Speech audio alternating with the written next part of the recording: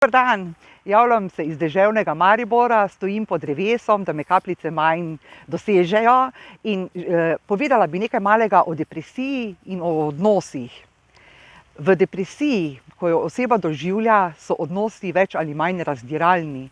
Ali mi odidemo od nekaterih odnosov, veliko nas pa tudi zapušča, ker smo prenaporni.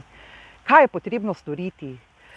Sprejeti je treba to, da nam ni lahko, vedeti, da ljudje, ki so okoli nas, nas težko razumejo in jih je potrebno pogledati, na njih pogledati z razumevajočimi očmi in poskušati vzdrževati tiste odnose, ki so za nas zelo pomembni.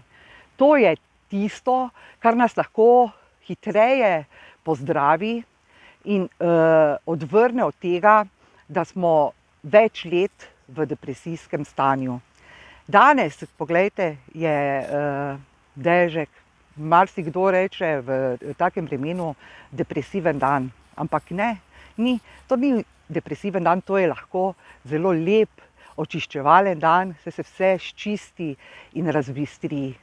In tako je tudi z odnosi, ko se zavemo, kateri odnosi so res tisti, ki nam zelo dosti pomenijo, je za vsako depresivno osebo, anksiozno ali osebo, ki preživlja tesnobo, zelo pomembno, da vzdržuje svoje odnose na kvalitetni ravni, kolikor se le da.